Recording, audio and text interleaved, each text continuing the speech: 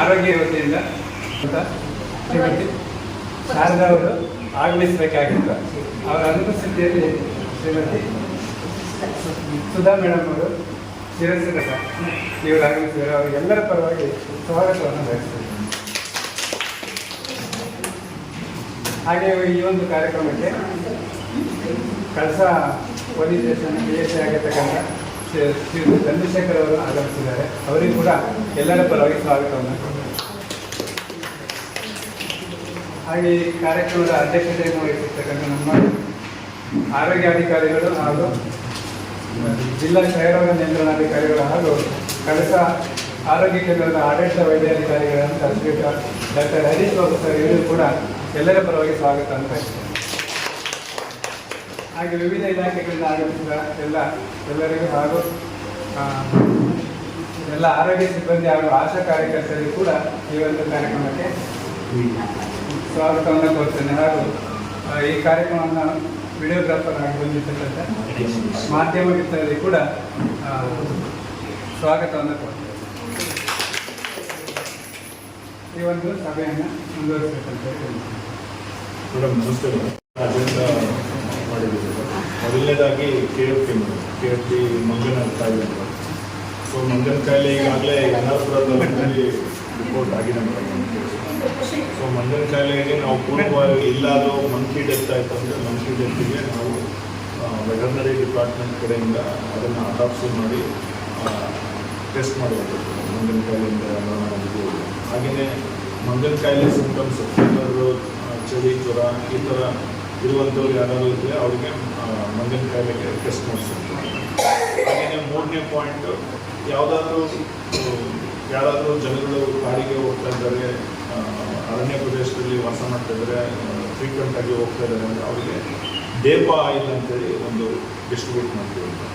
So ಇದು ಮೂರು ನಮ್ಮ ಇಲಾಖೆಯಿಂದ ಮಾಡ್ಕೊಳ್ಳೋದು. ಡೇಪಾ ಆಯಿಲ್ ಯೂಶಲಿ ಈ ಕೈಗೆ, ಕಾಲಿಗೆ, ಅವರು ಅರಣ್ಯ ಪ್ರದೇಶಕ್ಕೆ ವಿಸಿಟ್ ಮಾಡುವಂಥವ್ರು ಹಚ್ಕೊಂಡು ಹೋದರೆ ಏನು ಚಮಚ ನೀರಿಗೂ ಕೂಡ ಅದರಲ್ಲಿ ಮೊಟ್ಟೆ ಇಟ್ಟು ಅದು ಸಂತಾನೋತ್ಪತ್ತಿ ನೀರನ್ನು ವಾರಕ್ಕೆ ಒಂದು ಸರಿ ಯಾವ ಇದರಲ್ಲಿ ನೀರನ್ನ ಡೇಪಾ ಮಂಗನ ಕಾಯಿಲೆಗೆ. ಸೊ ಇದನ್ನು ಯಾರು ಅರಣ್ಯ ಪ್ರದೇಶಕ್ಕೆ ವಿಸಿಟ್ ಮಾಡ್ತಾರೆ ಅವ್ರಿಗೆ ನಾವು ನಮ್ಮ ಆಸ್ಪತ್ರೆಯಿಂದ ಉಚಿತವಾಗಿ ಕೊಡ್ತೀವಿ. ಅದನ್ನು ಹಚ್ಕೊಂಡು ಅವರು ಹೋಗ್ತೀವಿ. ಇರುವಂಥ PHCOC ಆಶಾ ಕಾರ್ಯಕರ್ತರೆಲ್ಲ ಬಂದು ನಗರ ಪ್ರದೇಶದಲ್ಲಿ ಈ ಒಂದು ಲಾಭ ಸೇವೆ ಕಾರ್ಯಕ್ರಮವನ್ನು ಮಾಡ್ತಾರೆ. ಮೇಡಮ್ ಮೂರನೇದು ಆಶಾ ರೆಡ್ರೆಸಲ್, ಆಶಾ ಕುಂದುಕೊರತೆ ಸಮಸ್ಯೆ ಏನಾದರೂ. ಸೊ ನಮ್ಮಲ್ಲಿ ಒಟ್ಟು ಮೂಡಿಗೆರೆ ಮತ್ತು ಕಡೂರು, ಕಳಸ ತಾಲೂಕಿಗೆ ಇದು ಮಾಡಿದ್ರೆ 99 ಜನ ಆಶಾಗಳಿದ್ದಾರೆ. ಕಳಸ ತಾಲೂಕಿಗೆ ಬಂದರೆ 25 ಜನ ಆಶಾಸ್ತಾರೆ. ಸೊ ಅವರಿಗೆ ಇನ್ಸೆಂಟಿವ್ಸು ಬರ್ತಾ ಇದೆ, ಸ್ಯಾಲ್ರಿ ಬರ್ತಾ ಇದೆ. ಸೊ ಏನಾದರೂ ಕುಂದುಕೊರತೆ ಇದ್ದರೆ ಅದನ್ನು ತಮ್ಮಂತ ಅವರು ಆಶಾಸಿದ್ದೀರಿ ಏನಾದರೂ ಸೊ ಈ ಒಂದು ಅಂತರ್ ಇಲಾಖಾ ಸಮನ್ವಯ ಸಭೆ ಅಂತೇಳಿ ಇದನ್ನೂ ಒಂದು ಸಬ್ಜೆಕ್ಟ್ ನಮಗೆ ಆಶಾ ಕುಂದುಕೊರತೆ ಸಭೆ. ಏನಾದರೂ ಇದ್ದರೆ ದಯಮಾಡಿ ಯಾರಾದರೂ ಹೇಳ್ಬೋದು. ಏನೂ ಇಲ್ವಾ ಹೇಳಿ. ಸ್ಯಾಲ್ರಿ ಬರುತ್ತೆ, ಬಟ್ ಅದು ಯಾವ ಟೈಪ್, ಯಾವ ತಿಂಗಳಿಗೆ ಬರುತ್ತೆ ಏನು ಅಂತ ಟೆನ್ಷನ್ ಇಲ್ಲ. ಮತ್ತು ಜೊತೆಗೆ ಈಗ ಒಂದು 5-6 ಜೂನ್ ಜುಲೈಯಿಂದ ಕರೆಕ್ಟಾಗಿ ಸ್ಯಾಲ್ರಿ ಬರ್ತಿಲ್ಲ. ಆಲ್ರೆಡಿ ತುಂಬ ಟೈಮ್ ಆಗಿದೆ. ನಮ್ಗೆ ಕರೆಕ್ಟ್ ತಿಂಗಳಿಗೆ ಒಂದ್ಸರಿ ಅದು ಕರೆಕ್ಟಾಗಿ ಬಂದರೆ ಆಗುತ್ತೆ. ಇನ್ಸೆಂಟಿವ್ ಒಂದ್ಸರಿ ಬರುತ್ತೆ, ಫಿಕ್ಸ್ ಸ್ಯಾಲ್ರಿ ಒಂದ್ಸರಿ ಬರುತ್ತೆ, ಕರೆಕ್ಟಾಗಿ ಬರ್ತಾ ಇಲ್ಲ ಸರ್. ಫಂಡ್ ರಿಲೀಸ್ ಆಗಿರೋದ್ರಿಂದ, ಲೇಟ್ ಆಗಿರೋದ್ರಿಂದ ಈವನ್ ನಮ್ಮ CHO, PHCO ಏನು NHM ಅದರಲ್ಲಿ ಕೆಲಸ ಮಾಡ್ತಿದ್ರು ಅವರಿಗೆ ಸ್ವಲ್ಪ 2 ತಿಂಗಳು 3 ತಿಂಗಳು ಈ ಥರ ಬಿಡುಗಡೆ ಲೇಟ್ ಆಗುತ್ತೆ. ಸೊ ಆಗ್ತಾಯಿದೆ. ಈಗ ನವಂಬರ್ವರೆಗೂ ಕ್ಲಿಯರ್ ಆಗಿದೆ. ಡಿಸೆಂಬರಿಂದ ಈ ನಾಳೆ ನಾವು ಎಂಟ್ರಿ ಮಾಡಿಸಿದ್ರು ಗೊತ್ತಾಗಲಿಲ್ಲ. ಫಿಕ್ಸ್ ಅಂತ ಬರುತ್ತೆ, ಆ ಥರ ಬರುತ್ತೆ. ಆಯ್ತು. ಮತ್ತು ಇನ್ನೊಂದು ಸರ್ ಫಂಡ್ಸ್ ಡಿಪಾರ್ಟ್ಮೆಂಟ್ ಆನ್ಲೈನ್ ತಗೊಂಡು ಪೇರೆಂಟ್ಸ್ಗೆ ಕೇಳ್ಕೋಬೇಕು ಎಲ್ಲ. ಕೆಲವು ವಿಷಯ ನಮಗೆ ಗೊತ್ತಿರಲ್ಲ, ಬೇರೆ ಹೇಳಿದ್ದೆಲ್ಲ ಅಲ್ಲಿ ಆಗಿರೋದು. ಲಾಸ್ಟ್ ಅಂತ ನಾವಿಬ್ಬರು ನೋಡ್ಬೇಕು ಸರ್ ಇಲ್ಲಿಂದ. ಮೇಡಮ್ ಇನ್ನೊಂದು ನಮ್ಮನ್ನು ಆಶಾ ಕಾರ್ಯಕರ್ತನೆ ಕರಿಬೇಕಂತ ಉದ್ದೇಶ ಇದೆ ನಮ್ದು ಅಲ್ಲಿ ಸ್ಪಾಟ್ಗೆ ಯಾವುದೇ ಇಲಾಖೆದವ್ರು ಬಂದರೆ ಅಂತ ಸಾಕು ನಮಗೆ. ನೀವು ಶಿಕ್ಷಣದ ಇಲಾಖೆಯಲ್ಲಾಗಲಿ ಬೇರೆ ಯಾವುದೇ ಇಲಾಖೆದಾಗಲಿ ನಾವು ಇಮಿಡಿಯೇಟ್ ಏನು ಮಾಡ್ತೀವಿ, ಅವ್ರು ಸಾಟರ್ಡೇ ಏನಾದ್ರು ರಜೆ ಇದ್ದಾಗ ನೀವು ಈಸಿಯಾಗಿ ಸಿಗ್ತೀರ ಅಂತ ಅವತ್ತು ನಿಮ್ಗೆ ಕರೆದಿರ್ಬೋದು. ಆದರೆ ನಾನು 1 ವರ್ಷ ಬಂದಿದ್ದರಿಂದ ಯಾವುದೋ ನಿಮ್ಮನ್ನಂತೂ ನಾನು ಕರೆದಿಲ್ಲ, ನಾನಂತೂ ಕರೆದಿಲ್ಲ 1 ವರ್ಷ. ನಮಸ್ತೆ, ನಾನು ಡಾಕ್ಟರ್ ಹರೀಶ್ ಬಾಬು ಅಂತ, ಜಿಲ್ಲಾ ಕ್ಷಯರೋಗ ನಿಯಂತ್ರಣಾಧಿಕಾರಿ ಹಾಗೂ ಇನ್ಚಾರ್ಜ್ ಕಳಸ ತಾಲೂಕು ಹೆಲ್ತ್ ಆಫೀಸರ್ ಹಾಗೂ ಈ ಸಮುದಾಯ ಆರೋಗ್ಯ ಕೇಂದ್ರದ ಆಡಳಿತ ವೈದ್ಯಾಧಿಕಾರಿಯಾಗಿ ಕೆಲಸ ಮಾಡ್ತಾ ಇದ್ದೇನೆ. ಇವತ್ತು ಮಾನ್ಯ ತಹಶೀಲ್ದಾರ್ ಮೇಡಮ್ ಅವರ ಅಧ್ಯಕ್ಷತೆಯಲ್ಲಿ ಅಂತರ್ ಇಲಾಖಾ ಸಮನ್ವಯ ಸಮಿತಿ ಸಭೆಯನ್ನು ಹಮ್ಮಿಕೊಂಡಿದ್ವಿ. ಸೊ ಇದರಲ್ಲಿ ಪ್ರಮುಖವಾಗಿ ನಾವು KFT ಅಂದರೆ ಮಂಗನ ಕಾಯಿಲೆ ಬಗ್ಗೆ ಚರ್ಚೆ ಮಾಡಿದ್ವಿ. ಸೊ ಮಂಗನ ಕಾಯಿಲೆಗೆ ಈಗಾಗಲೇ NR ಪುರದಲ್ಲಿ ಕೇಸು ಡಿಟೆಕ್ಟ್ ಆಗಿರೋದ್ರಿಂದ ಮಂಗನ ಕಾಯಿಲೆಗೆ ಸಂಬಂಧಪಟ್ಟಂಗೆ ಏನೆಲ್ಲ ಮುಂಜಾಗ್ರತೆ ಕ್ರಮಗಳನ್ನು ತೆಗೆದುಕೊಳ್ಬೇಕು, ದೇಪ ಇಲ್ಲ ಡಿಸ್ಟ್ರಿಬ್ಯೂಷನ್ ಬಗ್ಗೆ, ಹಾಗೆ ಫೀವರ್ ಸರ್ವೆಲೆನ್ಸ್ ಬಗ್ಗೆ, ಇದ್ರ ಬಗ್ಗೆ ಮೇಡಮ್ ಅಧ್ಯಕ್ಷತೆಯಲ್ಲಿ ಸುದೀರ್ಘವಾಗಿ ಚರ್ಚೆ ಆಯಿತು. ಹಾಗೆಯೇ ಎರಡನೇ ಅಂಶ ಡೆಂಗು, ಚಿಕನ್ ಗುನ್ಯಾ, ಮಲೇರಿಯಾ ಈ ಸೊಳ್ಳೆಯಿಂದ ಹರಡಬಹುದಾದಂಥ ಕಾಯಿಲೆಗಳಿಗೆ ಮುಂಜಾಗ್ರತೆಯಾಗಿ ನಾವು ನಮ್ಮ ಆಶಾ ಕಾರ್ಯಕರ್ತರು, PHCO, CHO, ಮೆಡಿಕಲ್ ಆಫೀಸರ್ ಎಲ್ಲರೂ ಸೊಳ್ಳೆಯ ಸಂತಾನೋತ್ಪತ್ತಿ ಹಂತದಲ್ಲಿರುವ ಲಾರ್ವಾವನ್ನು ಸರ್ವೆ ಮಾಡ್ತೇವೆ. ಸೊ ಮನೆಗೆ ಹೋಗಿ ಸರ್ವೆ ಮಾಡುವಂಥದ್ದು, ಅದನ್ನು ಕೂಡ ಚರ್ಚೆ ಮಾಡಿದ್ವಿ. ಜನವರಿಯಿಂದ ಡಿಸೆಂಬರ್ 2025ರಲ್ಲಿ ಮೂಡಿಗೆರೆ ಹಾಗೂ ಕಳಸ ತಾಲೂಕಿನಲ್ಲಿ ಒಟ್ಟು 2 ಡೆಂಗು ಪ್ರಕರಣಗಳು ಪತ್ತೆಯಾಗಿದೆ.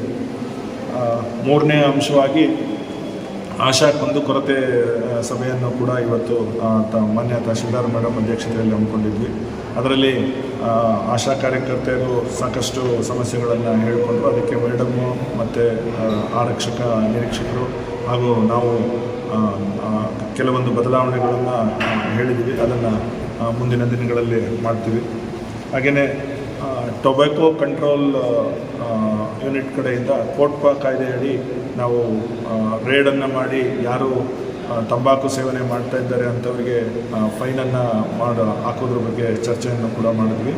ಸೊ ಇದರಲ್ಲಿ section 4, section 4, 5, section 6, section 6B ಅಡಿಯಲ್ಲಿ ನಾವು ಫೈನನ್ನು ಹಾಕುವಂಥದ್ದು ಮಾಡ್ತಾಯಿದ್ವಿ.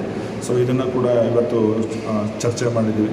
ಹಾಗೆಯೇ ಕಳಸ ತಾಲೂಕು ಆಗಿರೋದ್ರಿಂದ ಕಳಸ ತಾಲೂಕು ಸಮುದಾಯ ಆರೋಗ್ಯ ಕೇಂದ್ರಕ್ಕೆ TBಯನ್ನು ಪರೀಕ್ಷೆ ಮಾಡಲಿಕ್ಕೆ ಹೊಸದಾಗಿ ಸ್ಟೇಟಿಂದ NAT ಮೆಷಿನ್ ಒಂದು ಬಂದಿದೆ.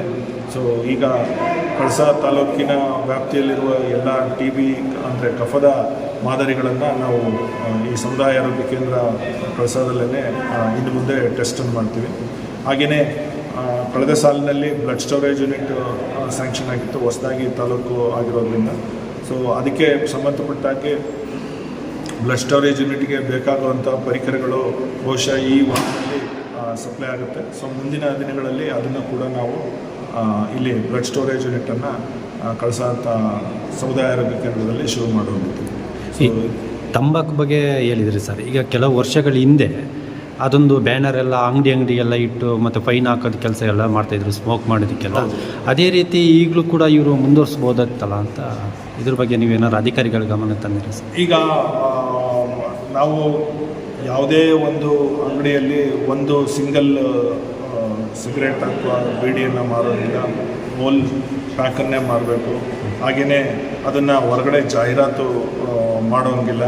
ಹಾಗೆಯೇ ಹೊರಗಡೆ ಯಾವುದೇ ಒಂದು ಸರ್ಕಾರಿ ಕಚೇರಿ ಇರಲಿ ಅಥವಾ ಅಂಗಡಿ ಮುಂಗಟ್ಟುಗಳಿರಲಿ, ಶಿಕ್ಷಣ ಸಂಸ್ಥೆಗಳಲ್ಲಿ ಅಲ್ಲಿ ತಂಬಾಕು ಮುಕ್ತ ಪ್ರದೇಶ ಅಂತೇಳಿ ಒಂದು ಅರಿವನ್ನು ಮೂಡಿಸುವಂಥ ಬ್ಯಾನರನ್ನು ಹಾಕಬೇಕಾಗುತ್ತೆ. ಅಲ್ಲಿ ಯಾರಾದರೂ ಈ ಒಂದು ತಂಬಾಕು ಇದನ್ನು ಉಲ್ಲಂಘನೆ ಮಾಡಿದ್ರೆ ಅವರಿಗೆ ಫೈನನ್ನು ಹಾಕುವಂಥದ್ದು, ಯಾರಿಗೆ ಇನ್ಫಾರ್ಮ್ ಮಾಡಬೇಕು ಅನ್ನೋದನ್ನು ಬ್ಯಾನರ್ ಇದೆ, ಅದನ್ನು ಮಾಡಬೇಕು.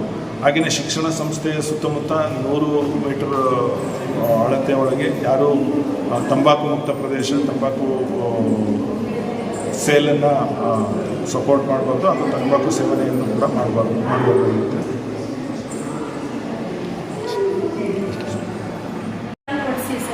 ಕೊಡಿಸೋದು ಬೇಡ, ನೀವು ಪರ್ಮಿಷನ್ ಕೊಟ್ಟರೆ ಸ್ವಲ್ಪ ಮಾಡಿಸ್ಕೊಂಡು. ಎಫ್ರಾಲ್ ಅಂದರೆ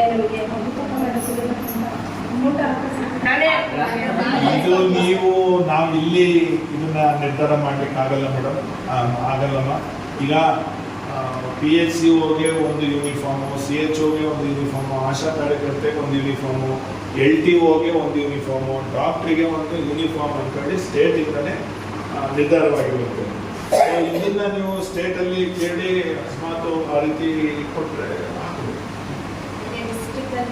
ಅಲ್ಲ, ಇಲ್ಲಿ ನಿವೇದನೆ ಕೊಟ್ಟರೆ ನಾವು ಇದನ್ನ ಇಲ್ಲಿ ಕೊಟ್ಟಿದ್ದೀವಿ ಅಂತ ನಾವು ಬೇಕಂದ್ರೆ ಸ್ಟೇಟಿಗೆ ನೋಡ್ಕೊಂಡು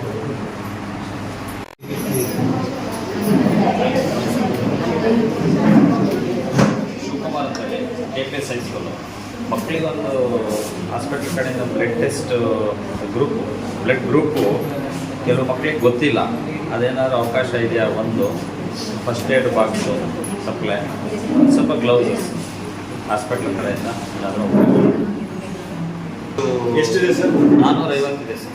ಹೈಸ್ಕೂಲ್ 8th, 9th, 10th ಸುಮಾರು ಮಕ್ಕಳಿಗೆ ಆಟ ಆಡುವಾಗ ಬೀಳೋದು, ಫಸ್ಟ್ ಏಡ್ ಸ್ವಲ್ಪ ಸಮಸ್ಯೆ ಆಗ್ತಾ ಇದೆ. ಸಪ್ಲೈ ಕೊಡ್ತಾ ಇದ್ದಾರೆ ಮೇಡಮ್, ಇಲ್ಲ ಅಂತಿಲ್ಲ, ಜಾಸ್ತಿ ಬೇಕಾಗಿದೆ. ನಾಟ್ ಕಂಪ್ಲೇಂಟ್ ಹಾಗಾಗಿ ಆಮೇಲೆ ಈಗ ಮೊನ್ನೆ ID ಕಾರ್ಡಿಗೆ ಸರ್ ನಮಗೆ ಬ್ಲಡ್ ಗ್ರೂಪ್ ಕೆಲವು ಮಕ್ಕಳಿಗೆ ಒಂದಾಯಿತು. ನಾವು ರಿಕ್ವೆಸ್ಟ್ ಮಾಡೋಣ ಅಂತ ಅವಕಾಶ ಇದೆ ಮಾಡಿಕೊಡಿ ಮೇಡಮ್. ಆಮೇಲೆ ಗ್ಲೌಸಸ್ ಕ್ಲೀನಿಂಗ್ ಮಾಡೋದಕ್ಕೆ ಮಕ್ಕಳು ಒಂದು ಸ್ವಲ್ಪ ಹೆಸಿಟೇಷನ್ ಮಾಡಿಕೊಡ್ತೆ ಅವಕಾಶ ಇದೆ ಮಾಡಿಕೊಡಿ ಸರ್. ಖಂಡಿತ ಸರ್. ಮೇಡಮ್ ಈಗಾಗಲೇ ಎಲ್ಲ 18 ವರ್ಷದ ಎಲ್ಲ ಮಕ್ಕಳಿಗೆ HB ಪರ್ಸೆಂಟೇಜ್ ಟೆಸ್ಟ್ ಮಾಡೋದು, ಅಂದರೆ ಅವರ ರಕ್ತದಲ್ಲಿ ಎಷ್ಟು ಹಿಮೋಗ್ಲೋಬಿನ್ ಅಂಶ ಪರೀಕ್ಷೆ ಮಾಡ್ತಾ ಇದ್ದೀವಿ. ಸೊ ಅದಕ್ಕಾಗಲೇ ಕಡಿಮೆ ಇದ್ದವರಿಗೆ FS ಮಾತ್ರೆಗಳನ್ನು ಕೊಡುವಂಥದ್ದು ಆಗ್ಲೇಬೇಕು. ಎಲ್ಲ ಕಡೆ ಆಗ್ತಿರೋದು. ಈಗ ಸರ್ ಹೇಳಂಗೆ ಆ ಹಿಮೋಗ್ಲೋಬಿನ್ ಬ್ಲಡ್ ಗ್ರೂಪಿಂಗ್ ಟೆಸ್ಟ್ ನೋಡೋಣ ಸರ್. ನಾನು ಈಗ ನಮಗೆ ಯಾಕೆಂದರೆ ಈಗ ಬ್ಲಡ್ ಗ್ರೂಪಿಂಗ್ ಕಿಟ್ಟನ್ನು ನಾನು ಪ್ರೊಕ್ಯೂರ್ ಮಾಡಬೇಕಾಗುತ್ತೆ. ಸೊ ನಾನು ಯಾವುದು ಫಂಡ್ ಇದೆ ನೋಡಿಕೊಂಡು ನಿಮಗೆ ಕೊಡ್ತೀವಿ ಸರ್. ಖಂಡಿತ ಸರ್, ಖಂಡಿತ.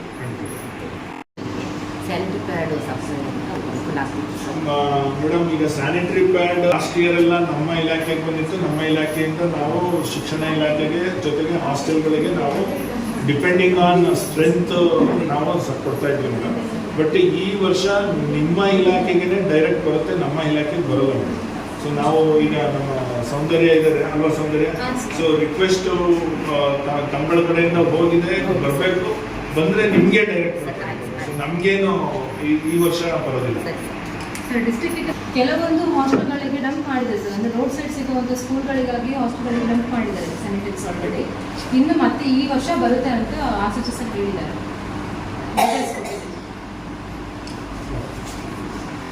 ಮುಂಚೆ ಎಲ್ಲ ನಾವು ನ್ಯಾಟ್ ಅಂತೇಳಿ ಮೆಷಿನಲ್ಲಿ ಟೆಸ್ಟ್ ಮಾಡುವಂಥದ್ದು, ಅಂದರೆ 10 ಬ್ಯಾಸಿಲೈ ಇದ್ದು ಕೂಡ ಆ ಒಂದು ನ್ಯೂಕ್ಲಿಯಿಕ್ ಆಸಿಡ್ ಆಂಪ್ಲಿಫಿಕೇಶನ್ ಟೆಸ್ಟ್ ಅಂತೇಳಿ ನ್ಯಾಟ್ ಮೆಷಿನ್ ಮಾಡುವಂಥದ್ದು. ಸೊ ಅದು ಮೂಡಿಗೆರೆಗೆ ಕಳಿಸಿ ನಾವು ಇಲ್ಲಿವರೆಗೂ ಟೆಸ್ಟ್ ಮಾಡ್ತಾ ಇದ್ವಿ.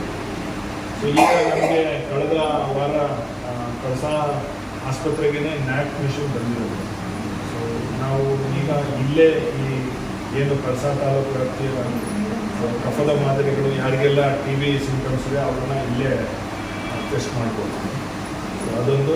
ಮತ್ತು ಕಳೆದ ವರ್ಷ ನಮಗೆ ಇಲ್ಲಿ ಹೊಸ ತಾಲೂಕಾಗಿರೋದ್ರಿಂದ ಬ್ಲಡ್ ಸ್ಟೋರೇಜ್ ಯೂನಿಟ್ ಸ್ಯಾಂಕ್ಷನ್ ಆಗಿತ್ತು. ಇಲ್ಲಿನ LTಗೆ ಮತ್ತು ಡಾಕ್ಟ್ರಿಗೆ ಟ್ರೈನಿಂಗ್ ಕೂಡ ಆಗಿತ್ತು. ಸೊ ಬಹುಶಃ ಈ ವಾರದಲ್ಲಿ ಅದಕ್ಕೆ ಎಕ್ವಿಪ್ಮೆಂಟ್ಸ್ ಕೂಡ ಬರ್ತದೆ. So mother blood bank Chikkamagaluru ಆಗಿರುತ್ತೆ. ಸೊ ಇಲ್ಲಿ ಏನಾದರೂ ಈಗ ಕಾರ್ತಿಕ್ ಅಂತೇಳಿ ಹೊಸರು ಡಾಕ್ಟರ್ ಬಂದಿದ್ದಾರೆ, ಅವ್ರೇನಾದರೂ ಯಾರಿಗಾರು ಬ್ಲಡ್ ಟ್ರಾನ್ಸ್ಫ್ಯೂಷನ್ ಮಾಡಬೇಕು ಅಂದರೆ ನಾವು ಮದರ್ ಬ್ಲಡ್ ಬ್ಯಾಂಕಿಂದ ಬ್ಲಡ್ಡನ್ನು ತೆಗೆದುಕೊಂಡು ಬಂದು ಇಲ್ಲಿ ಬ್ಲಡ್ ಸ್ಟೋರೇಜ್ ಯೂನಿಟಲ್ಲಿ ಬ್ಲಡ್ಡನ್ನು ಸ್ಟೋರ್ ಮಾಡಿಕೊಂಡು ಅವರಿಗೆ ಯಾರಿಗೆ ಅವಶ್ಯಕತೆ ಇದೆ ಅವರಿಗೆ ಟ್ರಾನ್ಸ್ಫ್ಯೂಸ್ ಮಾಡ್ಬೋದು. ಬಹುಶಃ ಇನ್ನೊಂದು 15-20 ಡೇಸಲ್ಲಿ ಅದನ್ನು ನಾವು ಫಂಕ್ಷನ್